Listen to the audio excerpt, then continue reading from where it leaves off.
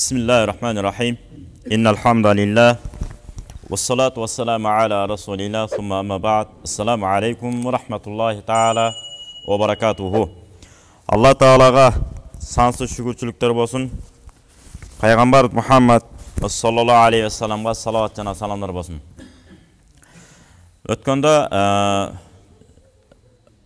ata-enesi жоқ жетім балдар жөнүндө өткөнбүз. Жетим деп баягы атасы өтүп кеткен. Ал эми Латим атасындагы, энесиндагы жоготуп алган баланы айтабыз. Бул кыргыз тилинде дейт томолой жетим. Экөөнүн тең Кудайым өзү алыс кылган болсун, бирок жашоонун жолу ар кандай экен, тагдырдын тамашасы ушундай экен дегендей ар кандай болуп калат экен. Ошолорго Пайгамбар Мухаммад алейхиссалам өзү да жетим болгон, билесиздер. Атабыз Адам алейхиссаламдын дагы ата-энеси болгон эмес. Ошон үчүн атабыз Адам алейхиссалам балдарым бала деген, балам деген, балдары дагы эмне болду? Балам, ар ким өзүнүн баласы менен кеткен дейт. Ошондуктан ата-энебизди мындай балдарыбызды карагандай карай албай калат экенбиз кээде. Ошон үчүн баягы жашыбыз 60ка, 70ке барган кезде көп кишилер арман кылат турбайбы? Биз коем ал жашка жете элекпиз, бирок ошентип отурган аксакалдарды көп уктук. Маектешип жүрүп, өйдө ылдыйда, ар кайсы жерде жолугуп калабыз. Атаң көрө, ата-энебиз ушинтип эле айтып калчу, эмне эле ушинтип калат десе, карыганда ошондой болуп калат турбайбы? Деп жашоонун баарын түшүнгөндө, ушинтип жашаш керек дейин десең, жашың 80ге, 90га келип калган. Бирок кайра башынан жашай албайт экенсиңдер. Ошондуктан бала кезде, жаш кезде шарияттын акылын, шарияттагы бар эрежелердин баарын терең түшүнүп ала турган болсок, Кудайым буйруса эч качан кор болбойбуз. Ошондуктан кимдир бирөө дегеле бирөөлөрдүн бир окуясын же тарыхый бир болуп өткөн нерселерин айткысы келсе, сөзсүз түрдө дайым айтып келебиз, дагы да айтабыз. Өзүбүздүн эне тилди бир сыйра окуп коелу, балдарыбызга окутуп коелу. Антпесек, кээде кайсы бир элди мактайм деп отуруп, өзүңүздүн элиңизди эмне кылып алышыңыз мүмкүн? Садага чабып алышыңыз мүмкүн. Туура эмес сөздөрдү жеткирип алып, туура эмес которуп алып, туура эмес. Ошондуктан дайыма терең маани беришибиз керек. Ошон үчүн айтып атат да, тарыхыңды таңганың тамырсыз болуп калган деп Нурмолла атабыз айткан. Эми бизди Кудай Таалам жетим болгондон дагы, латим болгондон дагы Кудай өзү сактасын. Ар бир бала өзүнүн ата-энеси менен чоңойсун дейт. Ошого карабай кыргыздар соороту иретинде айткан, жетим жетилет, жерге кошулат деп. Жер өсөт экен, белгилүү учурларда турабы? Ошол сыяктуу жетим бала деле баары жетилет, чоңоет ал дагы. Ошондуктан 70-теги карыянын көңүлүн калтыргандан көрө калтырсаң дагы дейт. 7 жаштагы баланын көңүлүн калтырба дейт. Ал деген сөз карыяларды кагып силкей бер деген маани эмес, алар түшүнөт, кечирип жиберет деген сөз. Баары балалыгын кылды булар деп.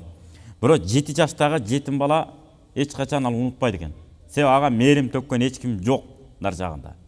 Ошон үчүн ар бир балага, өсүп келаткан балага ата тарбиясы керек же аталык тарбия керек. Эне тарбиясы керек же энелик тарбияны бере турган бир эне керек. Сөзсүз түрдө. Себеби дегенде биздин тарыхтарыбызда да бар билесиздер. Мына Сынган Кылычты дайым айтып келебиз мисал кылып. Ошол китептерди окуй турган болсо, ошол жерде деле толтура. Осман халифатына көңүл бура турган болсо, ал жерде да ошондой. Кокус атасы өтүп кеткен болсо, балдары падышачылыкка отурган менен өзү жаш болсо, сөз түрдө нар жакта аталык жолдорун, милдетин так аткарып, кантип буйрук кылыш керек, кантип сүйлөш керек, ошону жаттатып болсо дагы айттырган. Сен ушуну айтышың керек, ушуну дешиң керек, ошондо туура болот деп.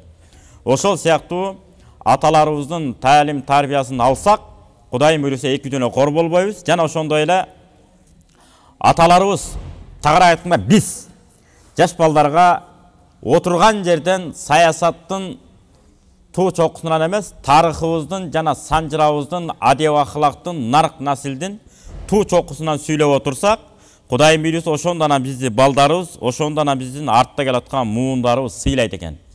Шагала дегенде бисмилла дегенде эле саясаттан сүйлөп, бир пайдасы жок бирөөнүн жашоосу жөнүндө эле сөз кылып, жамандап же башка кылып же кошоматтанып, кимдир бирөөнү мактайып даңазалайын деп жүдөп какаганын кереги жок.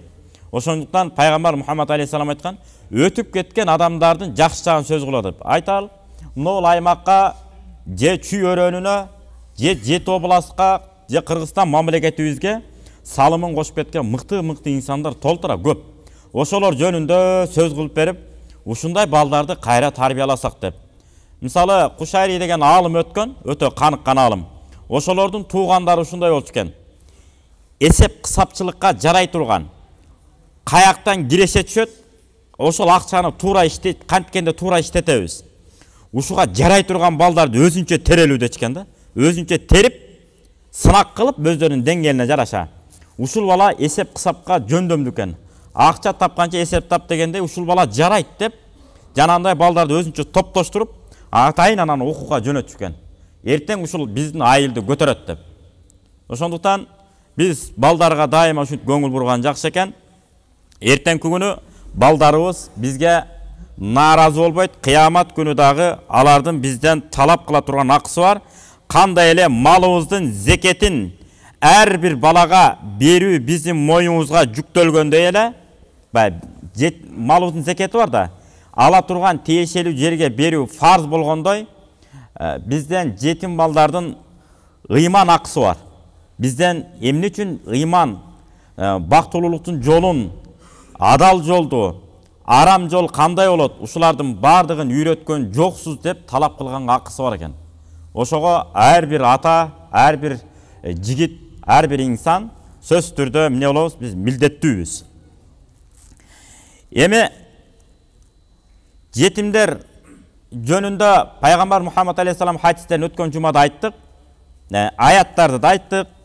Анан айтат го, баягы жетимге ала болсоң, этегиң лата болот деп. Этегиң булганат деген сөз да. Ошондуктан жетимдерди зар какшатпай, жок дегенде зыяныбызды тийгизбей. Керек болсо ушунчалык мүмкүнчүлүктөр бар экен, балдар үйүнө барып, атайын карасак билинет экен. Арасында бир күчтүү бир хирургдар чыгышы мүмкүн. Күчтүү бир травматолог чыгышы мүмкүн. Күчтүү бир стоматолог чыгышы мүмкүн. Тиш дарыгери. Же күчтүү бир курулушчу чыгышы мүмкүн. Же күчтүү бир илимпоз, же бир күчтүү спорт чебери чыгышы мүмкүн. Айталы, ошон айтор кайсы жагынан болсо дагы байкалып, анан тарбиячылары бар, атайын эжекелери бар, ошолордон тандап алып, ушул бала ушундай болду. Мен анда ай сайын же бир кварталда бир келип, кийим кечесин, тамак ашын мен алып берип турайын деп, аягына чейин ошону карап, окуу жайын бүтүгөнгө чейин карап кое турган болсок, Кудай буйруса пайгамбар Мухаммад алейхиссалам хадисте айткандай, айтып атпайбы, кыямат күнү мен мындай жакын болом деп, колум мынтип көрбөй калбасын деп, колум мынтип ачып жаап пайгамбар көрсөткөн. Мен жана жетимдерди кепилдигине, өз мойнуна, өз камкордугуна алган адам менен кыямат күнү мен ушундай болом дейт. Аттуу баштуу киши болсо, аны менен бир жерде чай ичкениңизди тим эле айтып бута албай жүдөйсүз го кээде, туурабы? Мен аны менен жакшы таанышмын. Керек болсо баланча тойдо экөөбүз баланча жерде чогуу отурганбыз. Керек болсо мына телефону бар менде деп кээде видео менен да чалып берген учурлар болот. Мынакей, мен чалайын азыр деп, карап тур деп, далилдеп. Ага караганда пайгамбарлардын эң соңку улуу төрөсү болгон Мухаммад алейхиссалам менен эң жакын инсаны болгум келет десек, демек жанагындай жетимдерди камкордугун алышыбыз керек экен. Кээде материал деле керек эмес болуп калышы мүмкүн. Кээ шарты жакшы болуп, болгону ага моралдык, чоң руханий жактан сиздин бир колдооңуз керек болуп калат. Ошол учурда жакшы болот экен. Азыр тил үйрөнүү деген маданият өтө оңой болуп калды, мурункудай эмес. Кыргызча, орусча, англисчаны тим эле жаштар, кичинекей жаштар, кийинки муундагылар. Мынабу 2000ден бул жагы шыкылдатып эле бата эле үйрөнүп болуп атышат. Ошонун катарына араб тилин кошуп коюңуз. Балам, кызым, үйрөнүп ал деп. Же болбосо жетим кыздар бар, сөз эле балдар эмес. Ага келинчегиңизди ээрчитип алып барыңыз, өзүңүз эмес. Келинчегиңизди ээрчитип, келинчегиңиз аркылуу таалим тарбиясын, багытын, келечегин карап коюшубуз керек. Буга боло берет да деп ар кимге эмес. Ошону кор кылбай багып алам мен, асырап алам дей тургандай, бир келечекте аялга тиешелүү өнөр кесиптен үйрөтүп бүткөндөн кийин turmuş joluna ne kılıp koyatkanбыз? Uzatıp koyabыз. Эми кандай болгон күндө дагы биз берешен, кеңпейил элбиз. Эч кимге биз жамандык каалабаган элбиз. Ач калган элди дагы карап келген элдерденбиз. Ошондуктан баягы жетимдин курсагы 7 каат деп коет экен. Чойлуу эле кете берет. Байкуш баягы ачка калып калбайын деп чайнабай да жутушу мүмкүн да тамактарды. Ошоло да үйрөтүш керек экен. Ашказаның бузулат. Бүгүнкү медицина далилдеп атпайбы азыр? Тырмагыңызды карап эле айтып коет. Та сен этти аз чайнап жутат экенсиң, көп чайнап, майда чайнап жутат экенсиң деп. Ушундай медицина тырмакка чыгып калат экен белгиси. Тамакты чайнап жуткандардыкы билинип калат экен. Ошон үчүн этти майда чайнап алам, шашпа деп. Өткөндө пайгамбар Мухаммад алейхиссаламдын эң өмүр бою чогуу жашап өткөн жубайларынын бири Умму Салама энебиздин талим тарбиясын алган ким? Хасан Басри рахматулла алейх деген өткөн билесиздер. Сахабалардын илимин жыйнап алган. Ага далил катары Анас деген пайгамбарыбыздын школасында, үй школасында 10 жыл талимин алган Анас деген сахаба өткөн. Ушул киши айтып атпайбы? Биз картайдык. Бүгүндөн баштап Хасан Басриден сурагыла. Исалу ал-Хасан ал-Басрия. Биз картайдык, унутуп калып атабыз көп нерсени. Биз биле турган нерсенин баары мына Хасан билип бүттү. Ушундан сурагыла дейт. Мына ушул инсандагы эмне кылып атат? Дайыма өзү жакшы көргөн таттууну чөнтөгүнө салып алар эле. Жана жетим жесирлерди көргөндө эмне кылат? Жетимдерди көргөндө апарып берип койчу экен, ушуда жыргап жеп алсынчы деп. Аны сагары этти мынантип жейт. Этти мүлжүп жейт. Эт көрбөгөн калтырып жейт. Эт көргөн, сый көргөн адам сөөккө этти калтырбай таза мүлжүп жейт. Чыны ошондой да.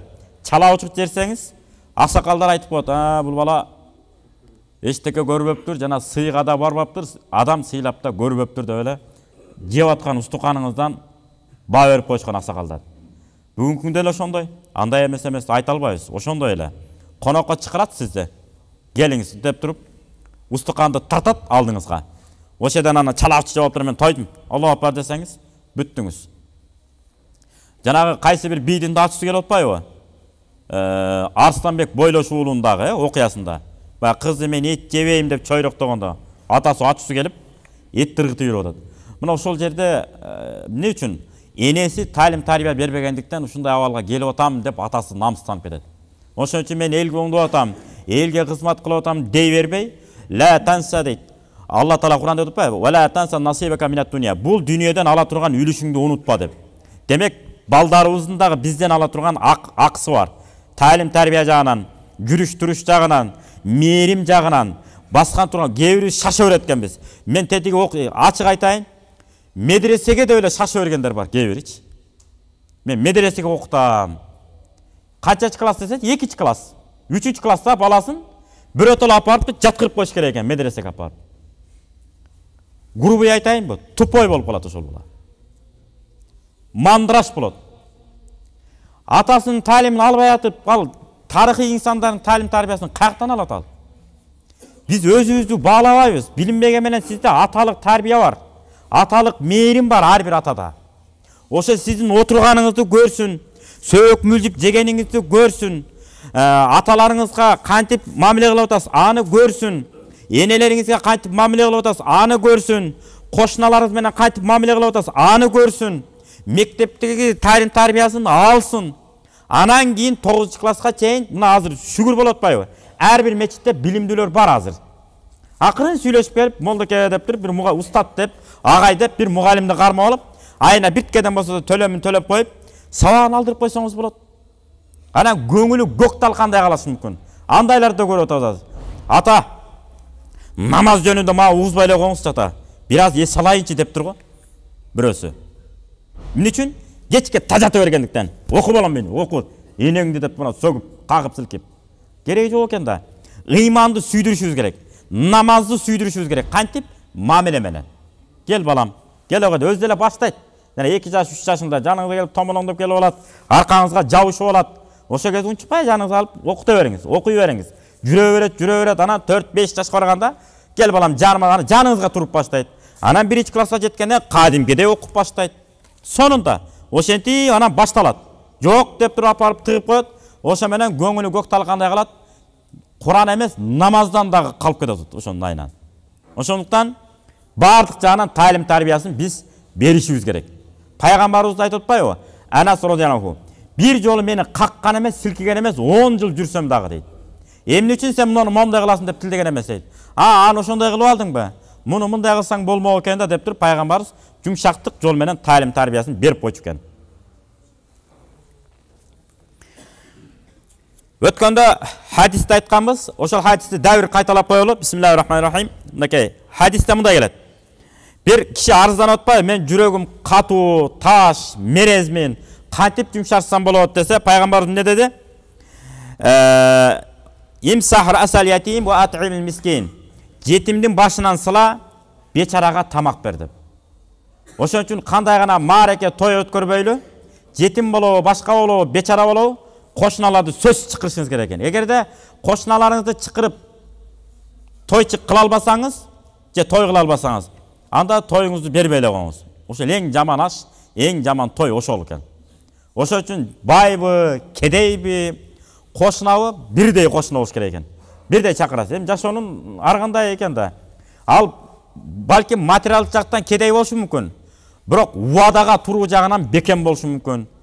Жашоодо ар кандай болот. Кээде 80-ге 90-га чыккан атаңыз өтүп кетсе, бай деп жагалданып кошомат кылып аткан бай кошунаңыз келбей, сиз тоготпой аткан кедей бечара деген кошунаңыз лыпылдап учуп келет. Дагы өйдө ылдыйдын бардыгын ошол бүтүрүшү мүмкүн.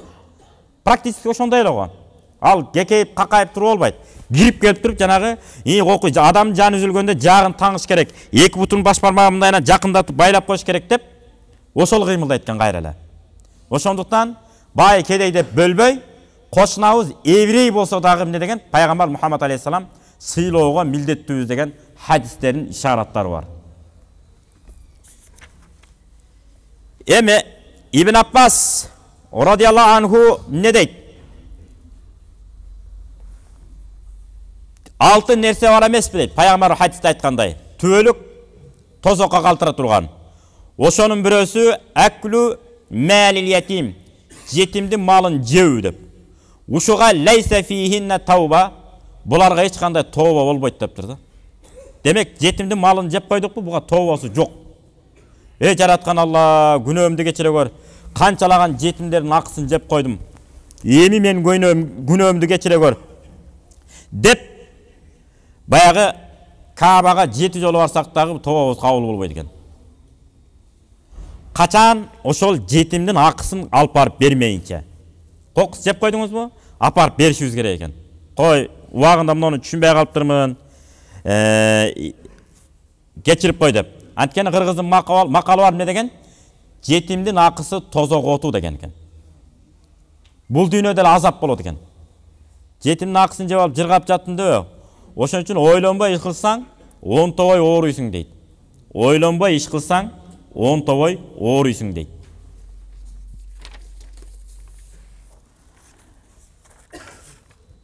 Эми Анас ибн Малик радияллаху анху мындай дейт. Хайрул буюти байтун фихи ятим юхсану илейхи, ва шаррул буюти байтун фихи ятимун юсау илейхи, ва ахаббу ибадиллахи илаллахи та'ала ман истанаа сан'ан ила ятимин ау армалатин. Анас ибн Малик жарагыла, пайгамбарыбыздын колунда 10 жыл тайлим алган сахаба, эгерде үйлөрдүн эң бир жакшысы ал үйдө жетим бала багылып, жанага жакшылык жасалган болсо, үйлөрдүн эң жаманы жетим болбогон үй деген жок. Жетим бар, тагдырдын ар кандай жолу менен келип багылып калган сизге. Бирок ошого жакшы мамиле жасалбай калса дептир. Кайсы бир үйдө жетим бала бар, бирок ага жакшылык кылынбаса, жакшы мамиле жасалбаса, үйлөрдүн жер бетин үйлөрдүн эң жаман үйү ошол болот дептир. Анан түшүнүп албаңыздар, жетим бала болбосо жаман үй экен, жок. Жетим бала бар болуп, анан ага жакшылык кылынбай калса деп. Эми ар ким шарттары кандай да, бирөө жетим балаларды карай алат, бага албай, ар кандай болуп калышы мүмкүн. Бирок бүгүн өкмөт карап атат. өкмөттүн шартында каралып атат. Ошого карабай сиз барып, жана башында айткандай, бирөөнү, экөөнү, 10-ону, 20-ны керек болсо, бир балдар үйүндө 100 бала болсо, 200 бала болсо, ошону карап кое турган ишкерлерибиз да бар. Ошолор мойнун алып, анакей мен ушуну мен карап берейин. Анан ага күчтүү тарбиячыларды таап барып, айлыгын мен төлөп берейин дей тургандай иш-чараларды уюштурса болот экен туугандар. Балким сиз кыла албайсыз, бирок уюштура аласыз. Кээ биринин таланты ушундай болот. Маани бербейт, ишинен бошобойт кээ бир ишкерлер бар да, эртеден кечке жанагындай соодасы менен, иши менен алек. Сиз ошого жүрөгүн ойготуп коюп, эй, тиги Исхак Разаковго окшогон толтура жетимдер бар экен, келечектин Исхак Разаковдор, мисал деби? Андан да балким 10 эсе күчтүүлөр чыгат. Ошолорду бир камкордугуңузга алып, кийим кечесин, тамак аш жагынан, анан билим сапат жагына бир шарт түз бербейлүү десеңиз, жанагы киши эмне деши мүмкүн? Болду анда, кеттик деп туруп, шарт ишке мойнун алып ишке ашып кете турган болсо, ортодо адам дагы эмне болот экен? Эки дүйнө бактылуулуктун жолуна жеткен болот, Кудайым буйруса. Кыргызда да сону макал бар да. Жетим ак көйнөк кийген күнү, жетим ак көйнөк кийген күнү той башталат дептир. Демеле жер бетинин эң бактылуу адам ошол экен да. Алар жеп аткан тамагы да башкача да. Сынтакпай эле койсуңуз керек, жей берсин. Келе кой деп бир жолу, эки жолу, 3 жолу, 5 жолу үйрөтүңүз. Анан шашпай жей бер, шашпай жей бер. Экөөбүз сен шашып жесең, мен да шашып жегенге туура келет экен. Сен шашпай жесең, мен да шашпай жейм деп алдап тарбиялашкан экен. Тамак жегенди да билбейсиң да. Эй, ант жебейт, чалпылдабай жөн жа. Дей турган болсо ал катып тиет. Ал жетим бала да. Ошон үчүн ага секейин үйрөтүш керек экен. Сен шашпай же, мен да шашпай жейин. Шашканыман оозуман да түшүп кетип атат деп кое бересиз. Анан ал деп анан өзүн иреттеп тамактанат экен. Акырын үйрөтөсүз, секин. Ошон үчүн дайым айтабыз, балдарыбызга жок дегенде 200 макалды жаттатмайынча балдарыбыз күн батышын, күн чыгышын кайсы өнүккөн мамлекет болсо, ошол жактын окумуштууларынын сөзүн идеал кармаганы. Эң күчтүү ушулар сүйлөйт экен. Карачы, эмне деген сөз айткан деп эле таңыркап эле жүрө берет. Себеби биз өзүбүздүн ата-бабаларыбыздан келаткан күчтүү макалдарды жаттатпагандыктан. Кыргыздар ким ал? Иши кылып астаалы эл болгон деген сыяктуу миесинде калып калышы мүмкүн. Ошон үчүн эң чоң байлык бул руханий байлык, сөз байлык, тарыхый байлык. Материал бул келип кете бере турган нерсе бул. Ошондуктан балдарыбызга макалдарды жаттаталы. Ошондон кийин эсибизге келет экенбиз, таң көр ошол. Сонун турбайбы деп. Жетим жетилет деп атпайбы? Карабайсың, эмне деген макал? Сен эч качан жетим бойдон калбайсың. Чоңойгондо сен да жетилесиң, элге кызмат кыласың. Эл улуу болосуң сен деп койсоңуз, жанагы бала эмне болот экен? Чыйралат экен. Жетим жетилет деп мен жетилем да акыры чын эле деп. Кечиксем 15 жыл, 15 жашымда мен жетилем деп өзүнө өзү дух берет экен. Мына, үңкүйүп жүргөндөргө жеңи жок атабыз ырсап менен күйгөнүнөн айтып кетип атат. Эмне деп айткан? Айбанаттан акылдуу түлкү болот турбайбы? Адам затты жашарткан күлкү болот турбайбы деп. Күлүп жүргөндө жакшы да, кээ бир кабагына кар жап калгандар бар го? Үңкүйүптү беле. Үңкүй, салам алейкум, алейкум ассалам деп. Же карап митип калып бетин титирет. Болду. Жок эчтеке. Ассаламу алейкум, жылмайып коңуз. Пайгамбарыбыздын жылмайып садака деген хадис жетпей атышы мүмкүн. Анча жетпей атат. Жана жеңиши ок атабыздын макалын ырсабын алып келип туруп, берип туруп, артынан жана хадис тап келип койсоңуз, кукуйнаңызды килип коңуз. Жылмайып садака хадис. Жанагы айбанаттан акылдуу түлкү болот турбайбы? Адам заты жашарткан күлкү болот турбайбы? Сымайык мумайыктарды илип коңуз мамдай кылып. Күлүп чай ичебиз, үңүрөйбөйбүз деп. Жадырап жайнап. Шашпайбыз, атабыз бата кылмайынча балдар турбайбыз деп. Жаш балдарды үйрөтүп коюш керек, үйдөгү балдарды. Атабыз кол салмайынча биз кол салбайбыз деп. Үйрөнөт. Ана бир туугандар менен жакшы болбой аткандарды жана хадисте айтасыз. Эң кайсы бир адам өмүрүнүн узун болушун кааласа, бир туугандар менен карым катнашын үзбөсүн деген эмне деген бар? Хадис бар.